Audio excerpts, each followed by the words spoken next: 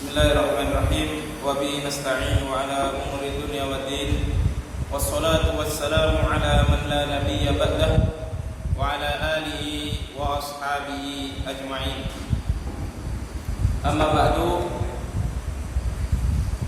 Fa inna asdaqal hadithi kitabullah wa khairal huda huda Muhammadin sallallahu alaihi wasallam. Wa syarrul umuri muhdatsatuha wa kullu muhdatsatin fid dini bid'ah. Wa kullu bid'atin dhalalah wa kullu dhalalatin finnar. Ayyuhal ikhwah rahimani wa rahimakumullah. Insyaallah pada malam hari ini kita melanjutkan kajian wiqayatul insan minal jinni wasyaitan, terapi terbenteng dari gangguan jin dan setan, yang kitab tersebut ditulis oleh Syekh Wahid Abdus Salam Bali dan sudah diterjemahkan dalam bahasa Indonesia terbitan Pustaka Imam Syafi'i dengan judul Seluk-beluk Alam Jin dan Setan disertai cara meruqyah. Nah, kita sampai pada contoh atau realita atau prakteknya Syekh Wahid Abdus Salam Bali ketika beliau meruqyah seseorang.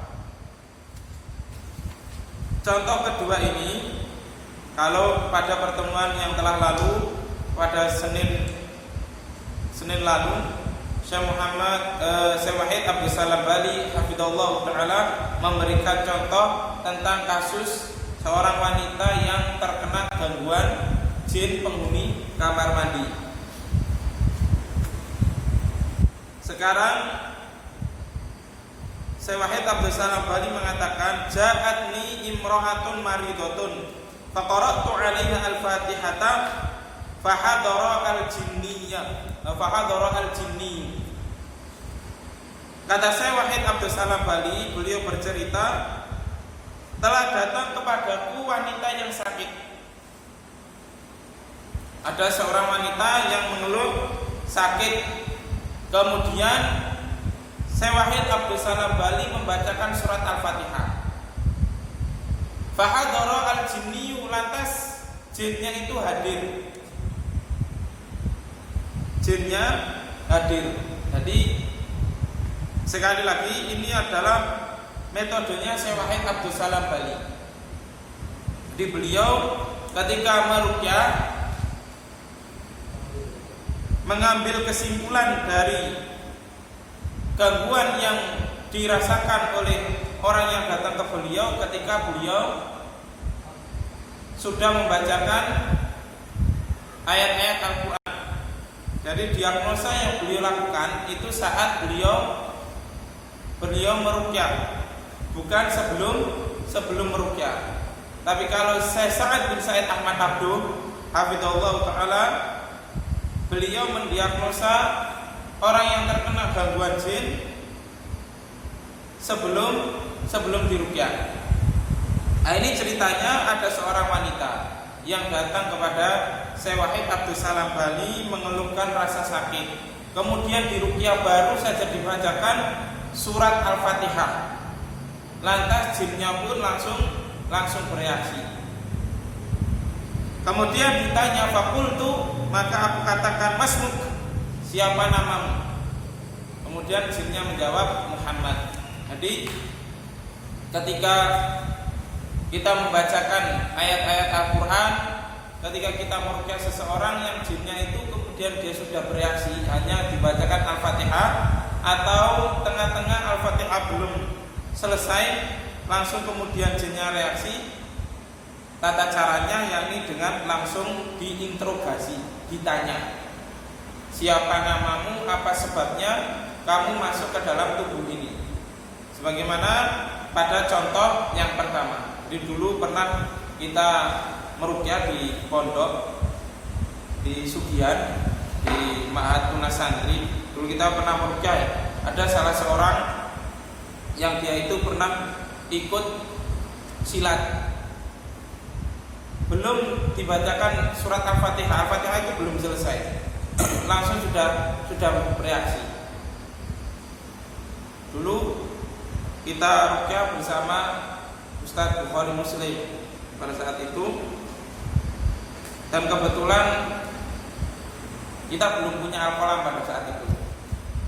Akhirnya kita bawa ke sana, diruqyah sama Ustaz Bukhari. Kemudian kita bantu juga. Dan kebetulan orangnya itu orang Blimbing, daerah Pasar Blimbing rumahnya. Dulu kalau tidak salah kerjanya itu nelayan, tidak tahu sekarang. Dia dulu pernah ikut silat. Belum selesai dibacakan surat Al-Fatihah, itu sudah langsung reaksi.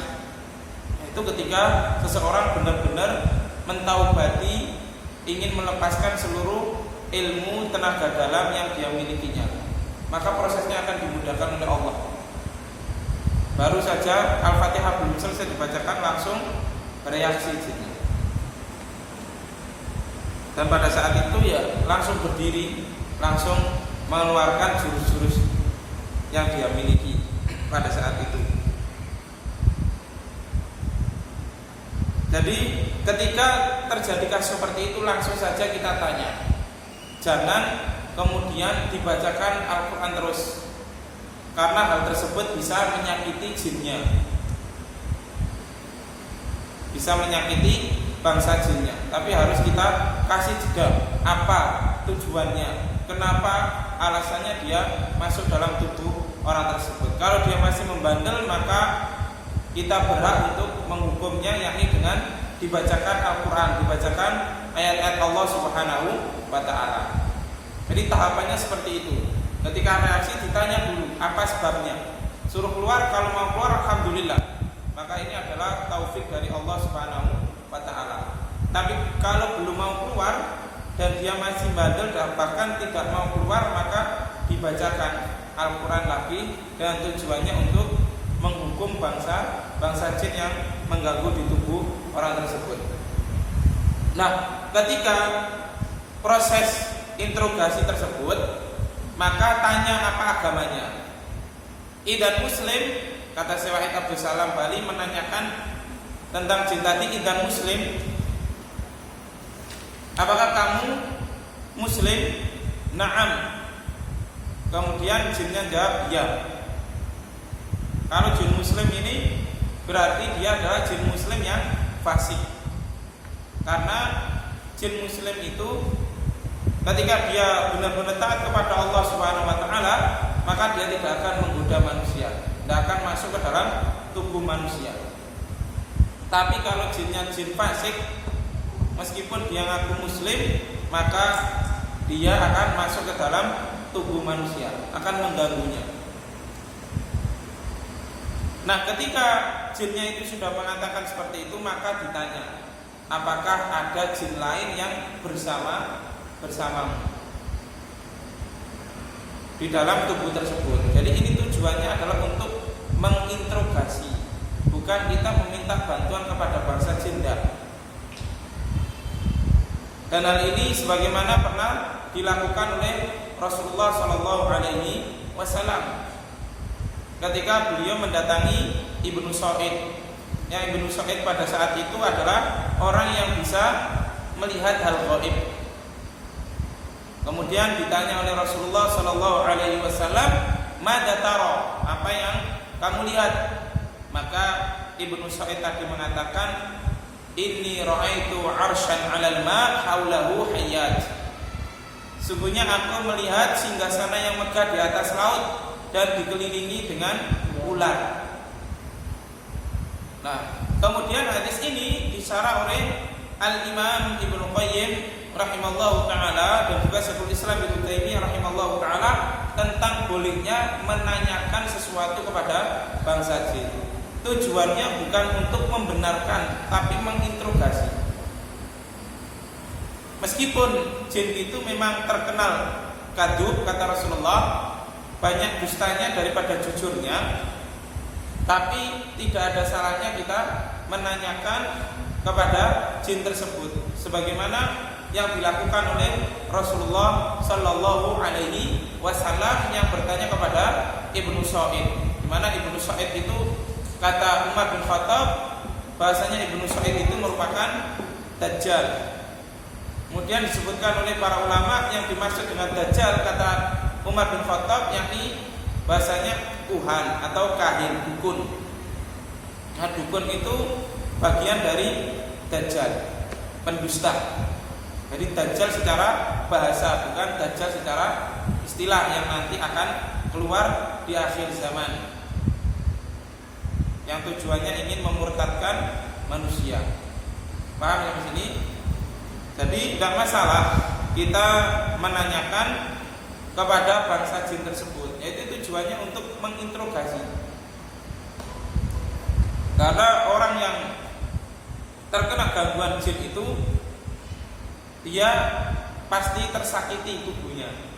Kalau penanganannya tidak benar-benar tuntas, maka dia akan diganggu terus oleh jinnya. Karena itu kita harus menanyakan sebabnya apa. Adakah jin lain yang masuk di dalam tubuh tersebut? Kemudian jinnya berkata, qala ma'i jinniyun nasraniyun.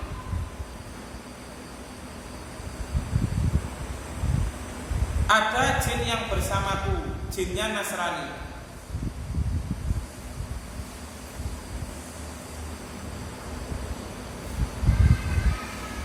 Yud'a Subhi. Dia mengaku namanya adalah Subhi.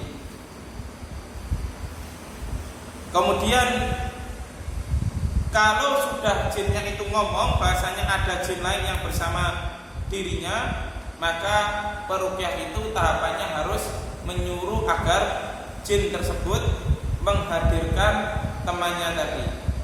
Ahdirhu ukallimuhu. Datangkan, hadirkan dia, biar aku ngomong dengannya. Fanadahu faja'a. Kemudian jin muslim tadi memanggil jin Nasrani tadi, dan kemudian hadirlah jin Nasrani tersebut. Jadi ini tahapannya. Jadi meruqyah, kemudian ketika jinnya reaksi ditanya, apa sebabnya kamu masuk di sini? Kamu muslim apa tidak? Ketika seproses seperti itu, maka ditanya, adakah jin lain yang bersamamu? Ketika ada, maka suruh dia datang. Kalau jinnya itu Nasrani, nah inilah kewajiban kita untuk mendakwai jin tersebut. Kata Syekhul Islam Ibnu Taimiyah rahimahullahu taala, bahasanya Islam itu rahmatan lil alamin, untuk bangsa jin dan manusia.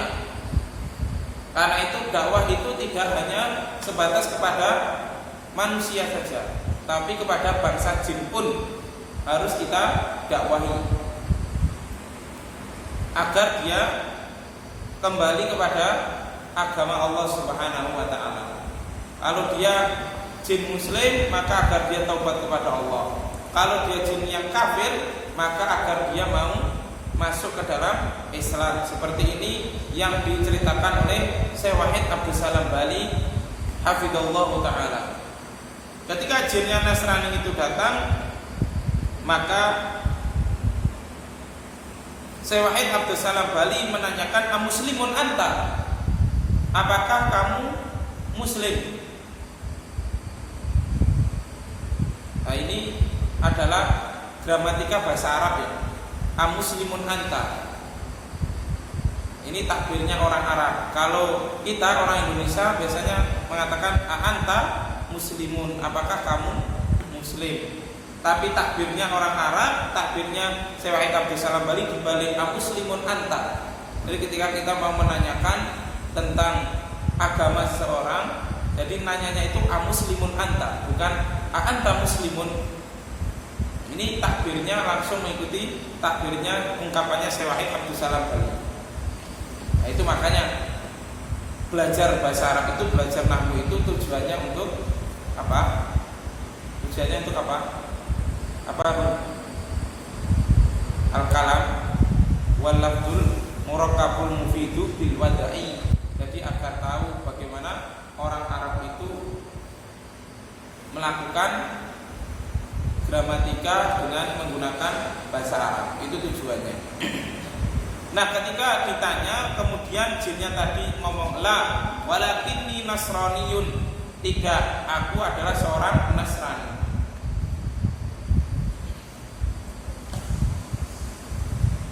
Kemudian Syekh Wahid Abdus Salam Bali menanyakan lagi, kam sinuk, berapa umurmu? Berapa umurmu? Kemudian jinnya ngomong, Thamaniya asyara, umurku 18 tahun. Nah, ini apa kaitannya dengan menanyakan umur?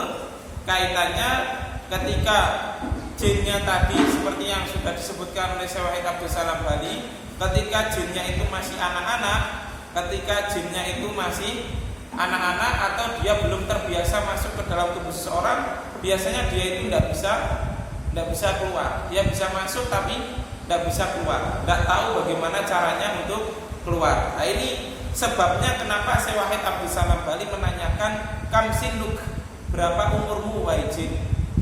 Kemudian jinnya tadi menjawab, At-thamani asyara, umurku 18 tahun.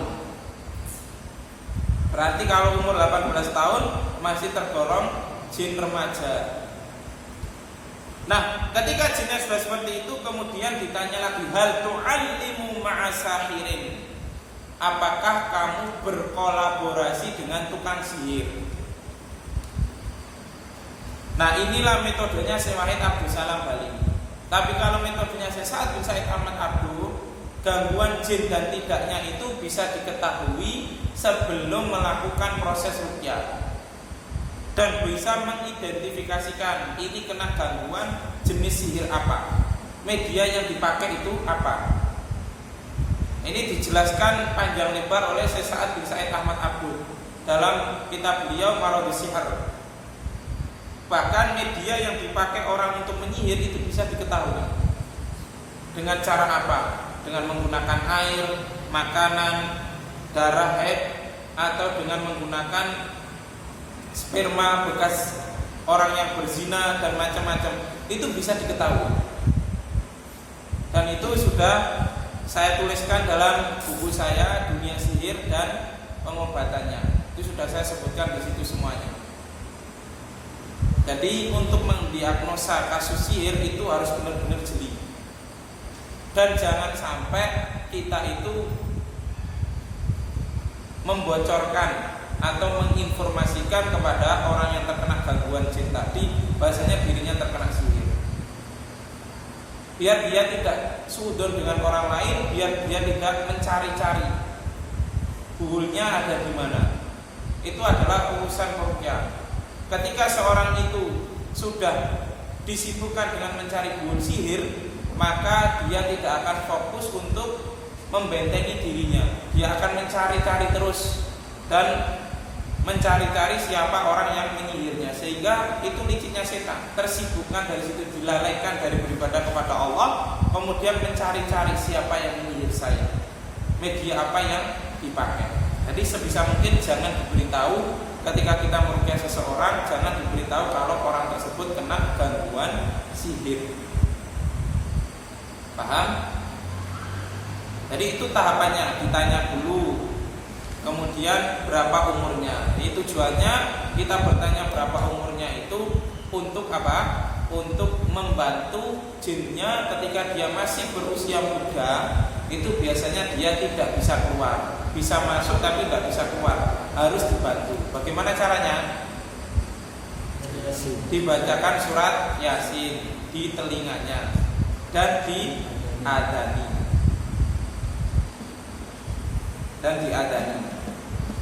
Kenapa Pak adzan? Karena adzan ini merupakan berzikir kepada Allah Subhanahu wa ta'ala, dan berzikir kepada Allah Subhanahu wa ta'ala itu bisa melarikan dari setan, atau setan itu bisa lari sampai terbirit-birit dan kepentut-pentut. Ya, sebagaimana dalam hadis Rasulullah Shallallahu Alaihi Wasallam. Dan ada athar dari sahabat Umar bin Khattab radhiyallahu anhu tentang ghul, tentang penyihirnya bangsa jin, di mana Umar bin Khattab radhiyallahu anhu mengatakan, ketika kamu melihat ghul, fa'adzinu, maka adzanlah. Ini manhajnya Umar bin Khattab atau ijtihadnya Umar bin Khattab radhiyallahu anhu. Bagaimana kalau tidak adzan Ustaz? Ya terserah, tidak apa-apa. Kalau antum ketika meruqyah dan menghadapi jin yang seperti itu, artinya jinnya itu tidak bisa keluar, kemudian antum berpedoman bahasanya tidak usah diadani karena adzan itu terkhusus untuk sholat, ya maka tidak perlu antum adzan, cukup saja bacakan Al-Quran. Tapi kalau antum mengikuti manhajnya Umar bin Khattab atau metodenya Umar bin Khattab, maka ya silahkan adzan. Paham sampai sini? Ini biar tidak salah paham. Terkadang ada sebagian orang yang memvonis meruqyah itu sebagai al-bid'ah. Itu akibat apa? Akibat minimnya pengetahuan tentang dunia ruqyah syariah dan bagaimana berinteraksi dengan bangsa jin. Jadi insyaallah kalau kitabnya Syekh Wahid Abdul Salam Bali itu sudah selesai, kita akan bahas kitabnya yang ditulis oleh Syekh Muhammad Al-Imam hafizallahu taala, murid dari Syekh Mukbil rahimahullahu taala, yang berjudul Ahkamut Ta'ammul Ma'al Jinni, hukum berinteraksi dengan bangsa jin. Baik, jadi ini pentingnya kita tanya. Dan tujuannya itu tadi untuk mendiagnosa dan agar pengobatannya itu terarah. Kalau dia kena gangguan bangsa jin karena bekerja sama dengan tukang sihir, ya maka nanti akan ada caranya tersendiri. Kemudian jin tadi ketika ditanya oleh Syekh Wahid Abdul Salam Bali, hal tu'allimu ma'asahirin, apakah kamu berkolaborasi dengan tukang sihir? Jinnya ngomong na'am.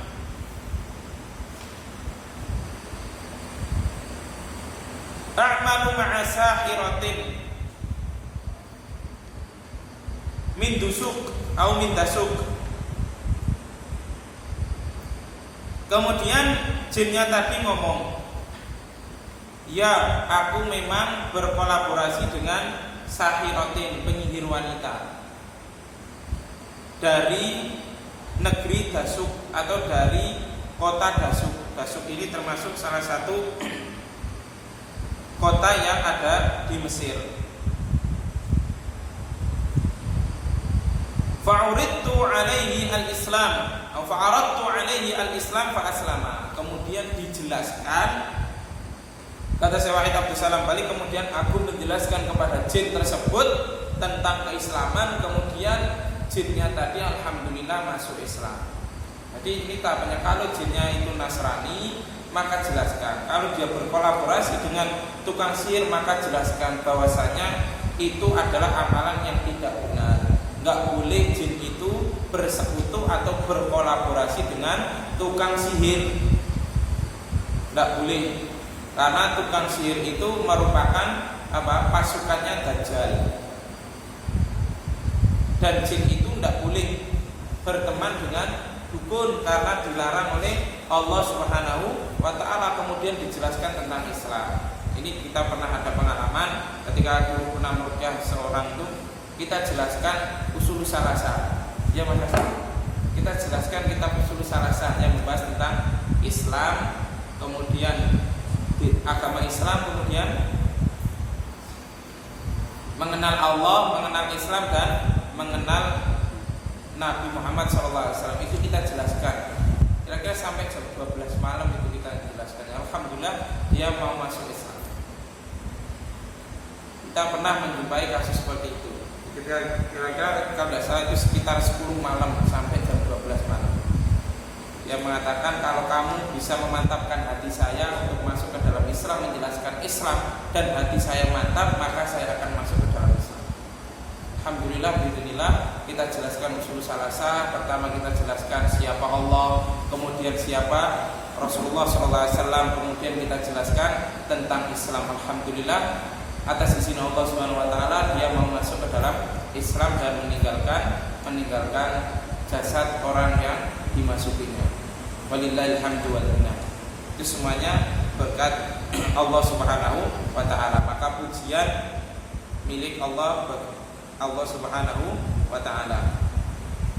Kemudian ketika dia sudah Islam, sudah bersyahadat, maka ditanya, min lisanik am min qalbik? Islam temenanan utawa Islam getok-getokan. Cara pendidikannya seperti itu. Min lisanika am min qalbik? kamu mengucapkan syahadat ini, kamu masuk Islam ini sekedar omongan saja, ataukah memang murni dari hatimu yang kamu ini benar-benar masuk Islam? Kemudian dia mengatakan min qalbi, benar ya Syekh, ini dari hatiku, memang saya tulus untuk masuk ke dalam Islam. Kemudian jinnya tadi nangis. Jinnya tadi nangis. Kemudian jinnya tadi mengatakan, karena dia sudah masuk Islam, kemudian dia itu menyesali, kenapa saya tidak dulu-dulu masuk Islam. Laqad adaitu katsiran minan nas, aku telah banyak mengganggu manusia wa Syekh. Nah, ini coba perhatikan ketulusan jin taubat kepada Allah Subhanahu wa taala. Dia nangis. Dan kita ketika kita bertaubat kepada Allah atau ketika kita istighfar kepada Allah, pernah tidak kita mengucurkan air mata? Tidak perlu dijawab, itu PR bagi diri kita masing-masing. Kalau belum, maka sebisa mungkin ketika kita beristighfar atau bertaubat kepada Allah Subhanahu wa taala agar meneteskan air mata. Karena di antara ciri ahlul jannah yang disebutkan oleh Allah Subhanahu wa taala di Al-Qur'an, yakni mereka banyak menangis menyesali dosa-dosanya daripada mereka tertawa. Kemudian setelah itu Syekh Wahid Abdul Salam Bali mendoakan ghafarallahu lak, semoga Allah mengampuni kamu wahai jin. Tub taubatan nasuha, taubatlah kamu sudah masuk Islam dengan taubatan nasuha. Walakin la u'allimu al-wudu was-shalah. Kemudian jinnya tadi ngomong, Syekh, saya ini tidak tahu bagaimana cara berwudu dan sholat. Jadi ketika jinnya itu sudah masuk Islam, kemudian jinnya itu ngomong, aku tidak tahu bagaimana cara sholat. Kemudian Syekh Wahid Abdul Salam Bali mengatakan, hal ta'rifu jinniyan musliman, apakah kamu mengenal jin muslim? Ana la a'rifu illa nasara wal kanais faqat. Kemudian jinnya itu ngomong, saya itu dulunya Nasrani, jadi saya itu tidak kenal dengan jin muslim. Saya hanya kenal jin-jin Nasrani dan jin-jin kanais. Kanais itu jamak taksir dari kanisa. Apa artinya? Gereja.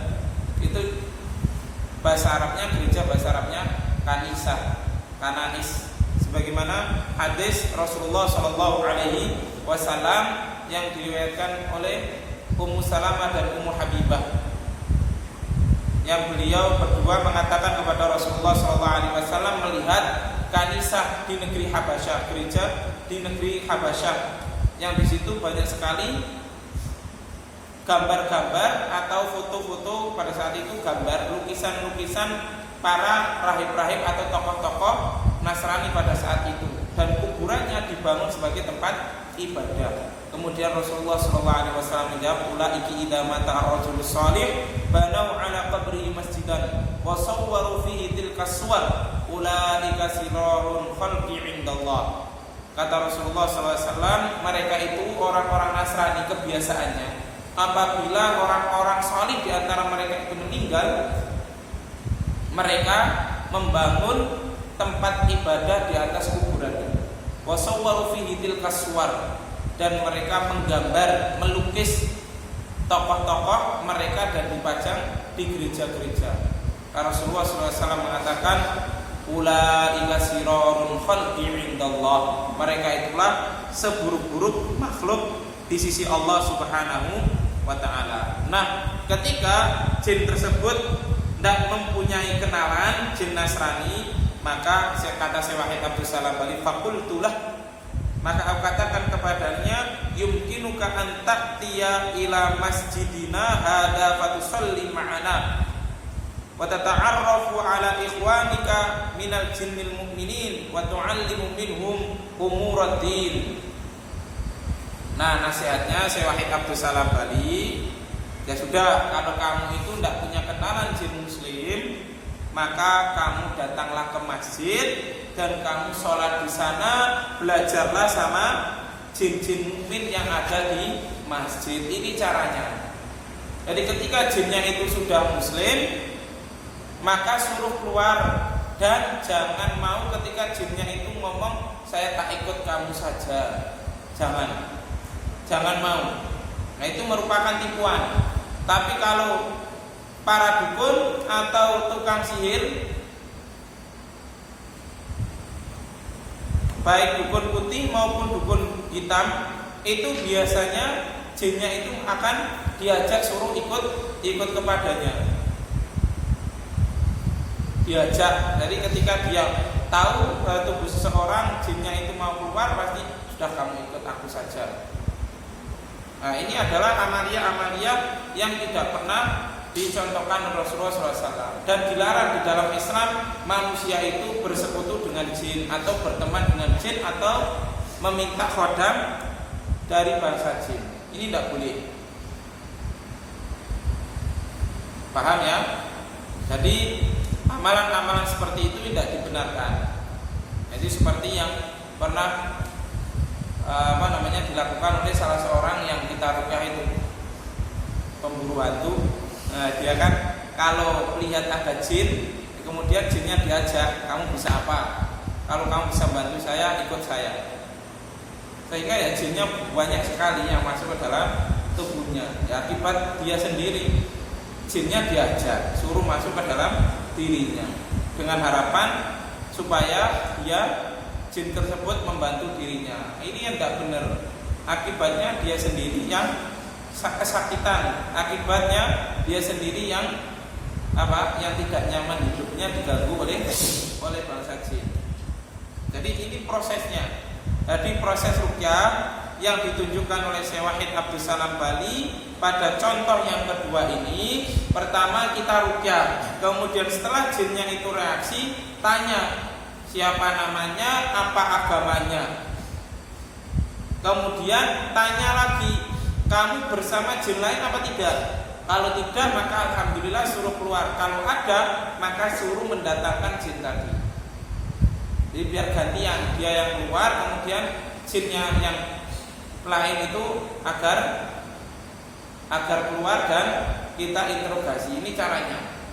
Dan ditanyakan apakah ada kaitannya dengan tukang sihir atau tidak.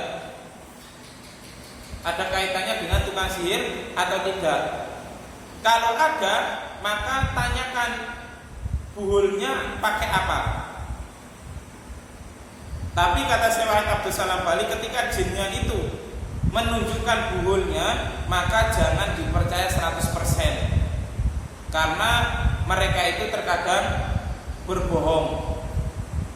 Jadi jangan percaya 100%. Jinnya kalau ngomong buhulnya ini, buhulnya seperti ini, jangan langsung percaya. Tapi kita cek dulu benar apa tidak. Kalau jinnya itu ngomong misalkan buhulnya disiram di depan rumah, disiratkan, nah itu harus disinkronkan dengan mimpi orangnya.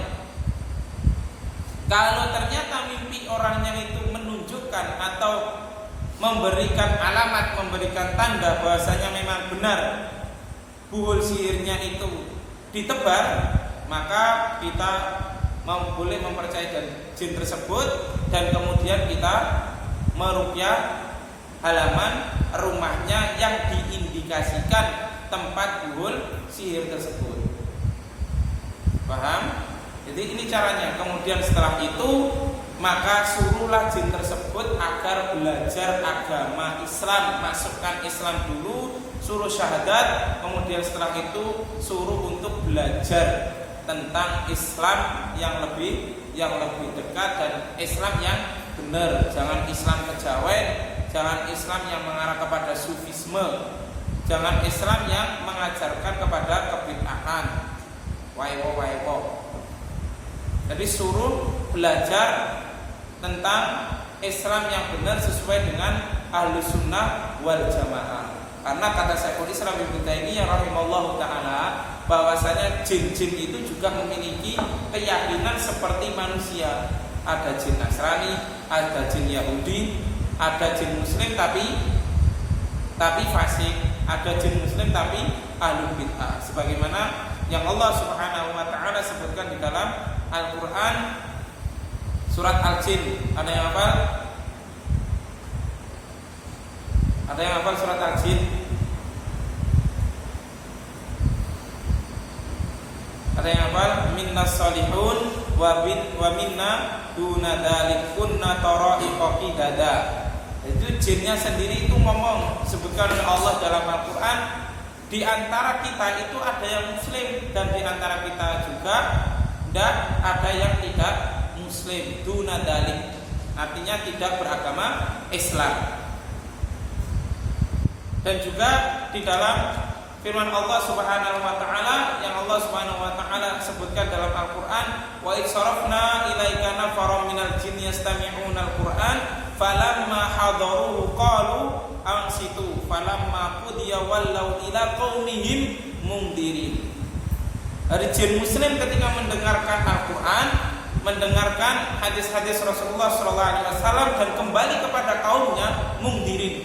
Mereka itu memberikan peringatan, memberikan penjelasan yang baik dan benar. Nah, ini menunjukkan bahwasanya di dalam dunia jin sendiri itu mereka memiliki agama atau keyakinan yang berbeda-beda. Ini ada kitab khusus yang membahas tentang dunia jin.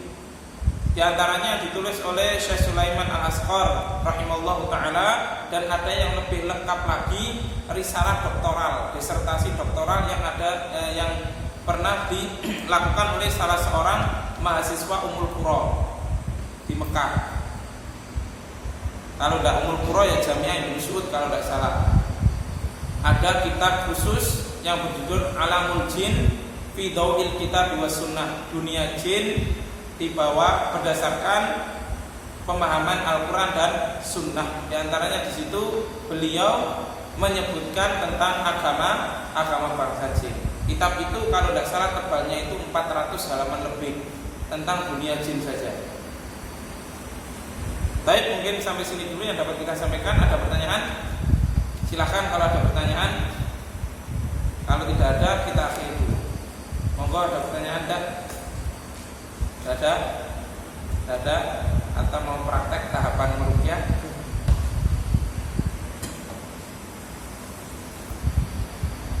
Pertanyaan ada?